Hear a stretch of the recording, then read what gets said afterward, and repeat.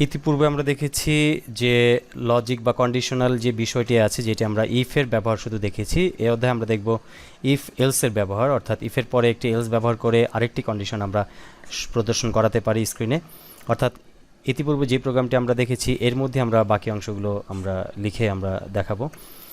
তো এই জন্য আমরা এন্টার দিয়ে এখানে ইফের পরে অর্থাৎ ইফের কন্ডিশনের মাঝখানে যে অংশটি যোগ করতে হবে সেটি হচ্ছে এলস, এবং এটির পরে একটি ব্র্যাকেট শুরু করতে হবে এবং তার আগে অবশ্যই একটি ব্র্যাকেট শেষ করতে হবে। অর্থাৎ এই দুটি ব্র্যাকেটের মাঝখানে সেটি হচ্ছে ইফ, অর্থাৎ যেটি শর্ত প্রপারলি হলে তাহলে সেটি প্রদর্শিত হবে, এবং ইলসের পরের অংশটি হচ্ছে আরেকটি, অর্থাৎ এটি যদি সেই শর্তটি প্রযোজ্য না হয় অর্থাৎ সেই শর্তের মধ্যে না পড়ে তাহলে সেটি আরেকটি স্ক্রিনে আরেকটি অংশ প্রদর্শিত হবে।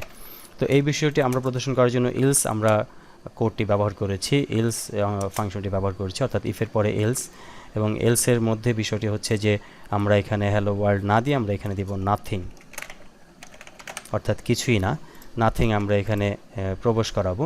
অর্থাৎ যদি আমাদের এই ভেরিয়েবলের মধ্যে আমরা যদি 10-এর নিচে কোনো সংখ্যা প্রদর্শন করাই তাহলে আমাদের স্ক্রিনে দেখাবে নাথিং, এবং যদি 10-এর ওপরে অথবা 10-এর সমান যদি কোনো সংখ্যা ইনপুট করাই সেই ক্ষেত্রে আমাদের হবে এখানে হ্যালো ওয়ার্ল্ড কথাটি প্রদর্শিত হবে।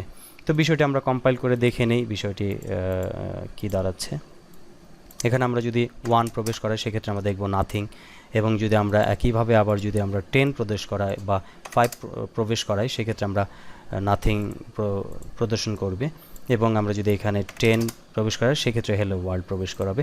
তো বিষয়টি হচ্ছে এরকম যে ইফ এলসের মাধ্যমে আমরা একটি সম্পূর্ণ শর্ত আমরা তৈরি করতে পারি, যেটির মাধ্যমে স্ক্রিনে প্রদর্শিত হবে বিভিন্ন আমাদের তথ্য দেয়া অনুযায়ী আমাদের লেখাগুলো বা বিভিন্ন অপশনগুলো প্রদর্শিত হবে স্ক্রিনে।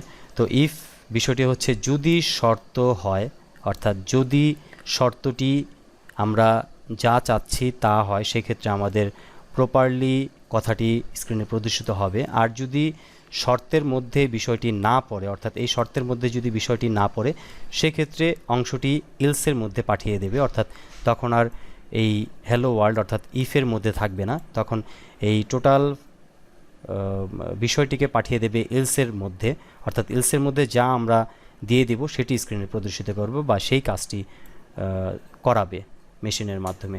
তো এই হচ্ছে ইফ এবং এলসের ব্যবহার। তো এখন আমরা দেখলাম এলসের ব্যবহার। এর পরবর্তী অংশে আমরা দেখব এলস এফের ব্যবহার এবং মাল্টিপল শর্ত কিভাবে ব্যবহার করতে সেটি আমরা এর পরবর্তী অংশে দেখব।